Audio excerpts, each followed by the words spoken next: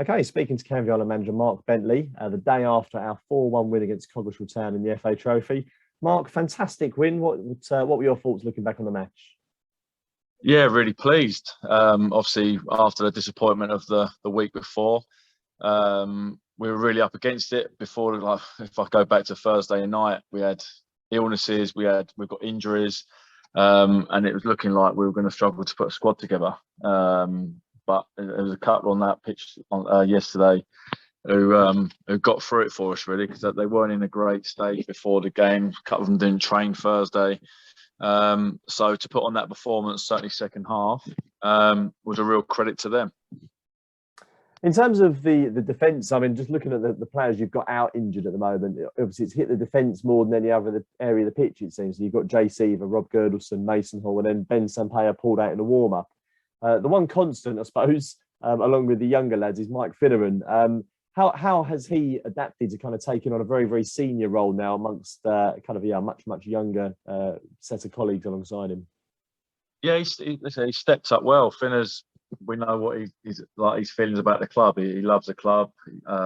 He's taken over the armband while Sibs is out. So yeah, he's had to grow up quickly. Listen, he's played at this level a long time now, so I don't need to tell him anything like that. But yeah, he's got to lead a few young ones. Like Evangelist has come in and done really well, but he's still learning the level.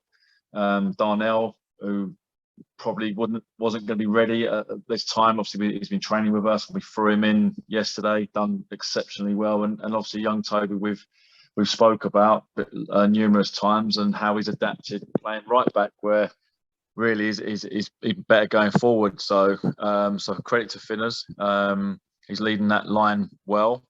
Obviously, like I say, we've got some real key players. You could arguably say we've got a strong back four who aren't playing at the moment. So, but yeah, and we've conceded some poor goals. It's not just defenders, but yeah, it's credit to us. And like I say, it's not just those boys who are playing at the back as well. It's defending from the front, and those midfield. The work ethic is really good at the moment, and nothing but positivity for those ones who have stepped in, Finners especially, to take control of that back line, along with Bobby obviously as well. And those ones who have stepped up and proved they can play at this level.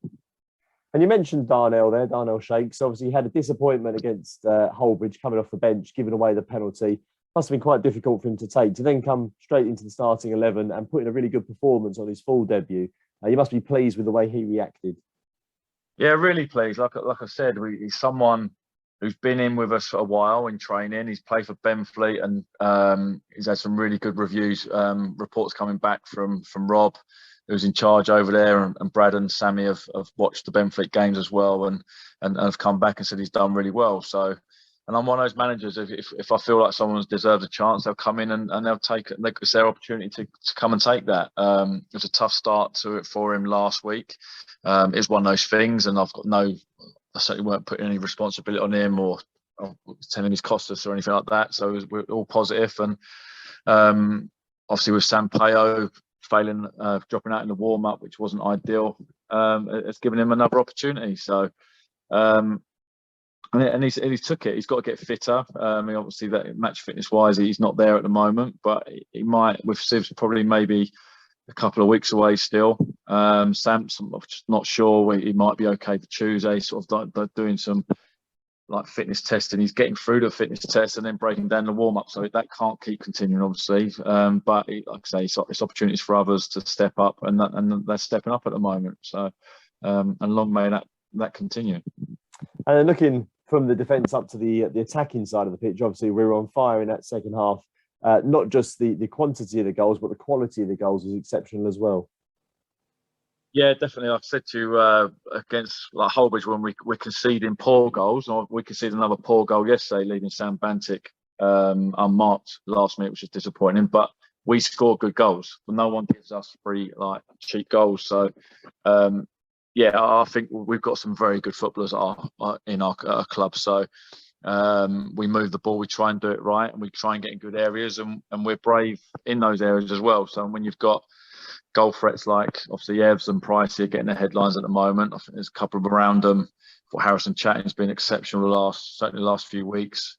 And those boys are key for us. And that was what a couple was missing yesterday who had that quality, but Ronto's gone in and he was again also very good. And we can sort of say about another young lad, Patrick, who's come in from young lad from Dulwich Hamlet. They've done us a favour, loaned out a couple of players for us, and I thought he was bright as well. So that's what I'm looking for. I don't just want to rely on Pricey and Evs, although they love scoring goals and love being in those areas to try and create chances. So we'll keep putting the pressure on to try and get them up to a big number of goals, because if they're scoring, then we're going to be winning a lot of games. So long may that continue as well. And Tuesday night ends the run of 5 home matches in a row. Okay, we've won, I think, 2 of those home matches so far. Lost against Bedford, but in a kind of very spirited performance. And then there was the Holbridge draw.